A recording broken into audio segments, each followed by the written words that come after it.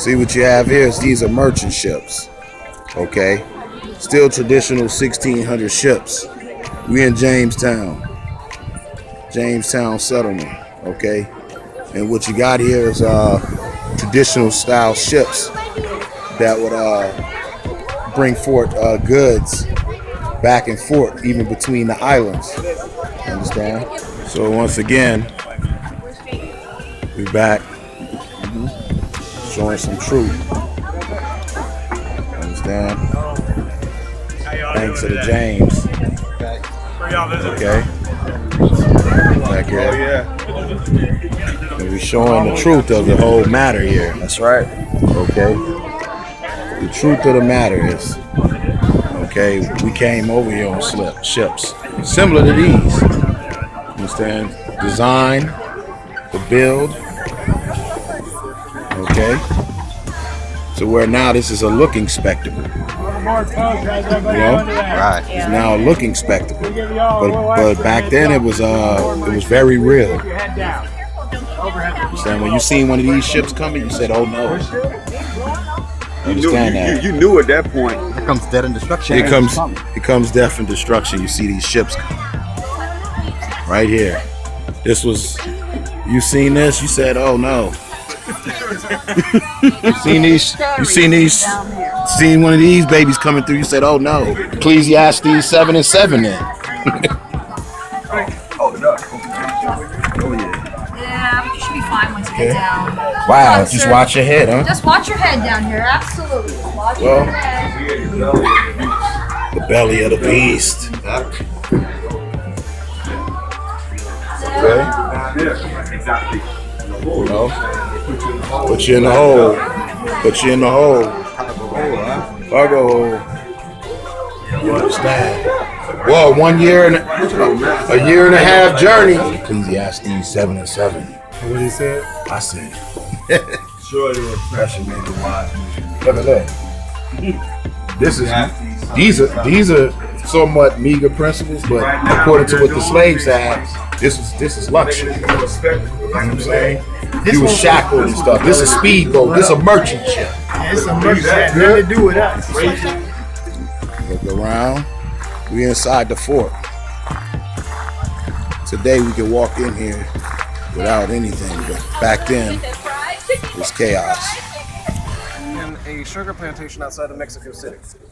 They don't quite make it though, because right here they are seized off of their the Batista, the English privateers. Okay, privateer ship is called the White Lion. Okay, and they get close to the Bautista by flying a Dutch flag, so they let them in close, and then they, surprise, we're here to steal your stuff. So it's actually kind of by accident, because the English privateers are actually expecting to find silver and gold and supplies on the ship. Instead, they find African slaves. So, take the African slaves, as many as they could, off of the ship before being fought off. So about 20 to 30 Africans get on board the White Lion. And then the White Lion brings them up here to, not quite here to James Fort. There's a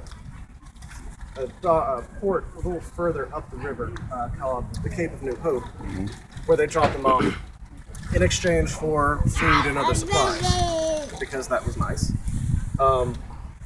Which really doesn't make sense, but now it don't make any sense to do that. Yeah.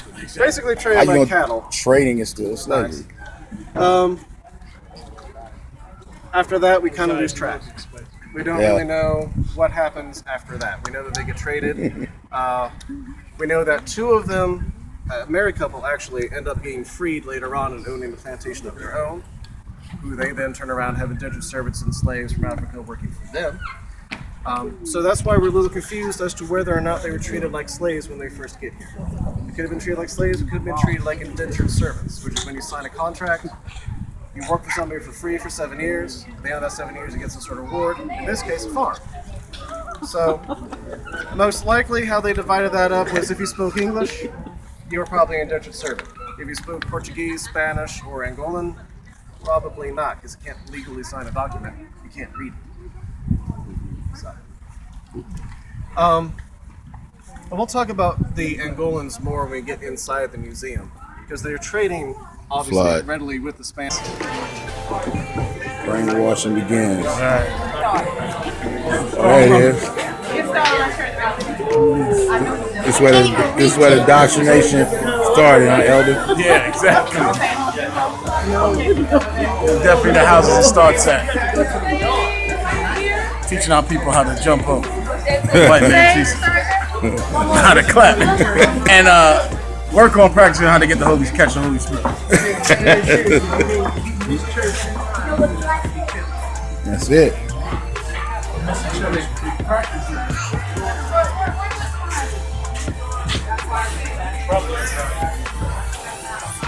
Wow. What you say there? What you say there? What you see? Oh, look at that crest up there. A lot of y'all is going over your head. Look at that unicorn. Yep. Look at that unicorn. Y'all more than welcome. I'm going to do my spiel while y'all Look at that line. listen.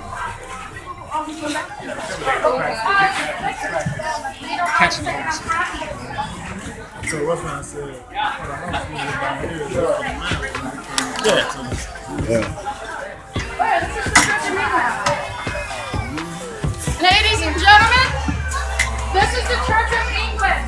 I've already told my staff that it's very important for everybody to come to church. They have to come to church. At least twice a day. But are you really doing this though? Number one, look up there. Remember the Sabbath. Remember the Sabbath. That's the land. You understand that much? You gotta look at this. This is how they was able to put forth their hands and such as was at peace. This man knows nothing about, you understand, guns. His weaponry is considered primitive. He's got an arrow. Now don't take nothing from him. He's deadly with the arrow. But he's no match For a musket gun. for a gun. You understand? Look at this man. He's already built fit for the war of destruction. Well, so you can't bring a knife to a gunfight. You're gonna lose all the time, man. Shalom.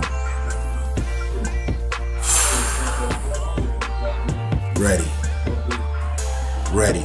Turnkey. still juvenile that week. That's Still. all we rocking now. That's how we rock it. This boy right here, this boy ain't fresh like that. Look at he rocking. For all you preppy boys, huh? You got your little tie up, okay? Look how you roll. Look how you roll. That's what that's spirit. Yeah. That's what that's for. Is that it? Who the spirit? See, I know.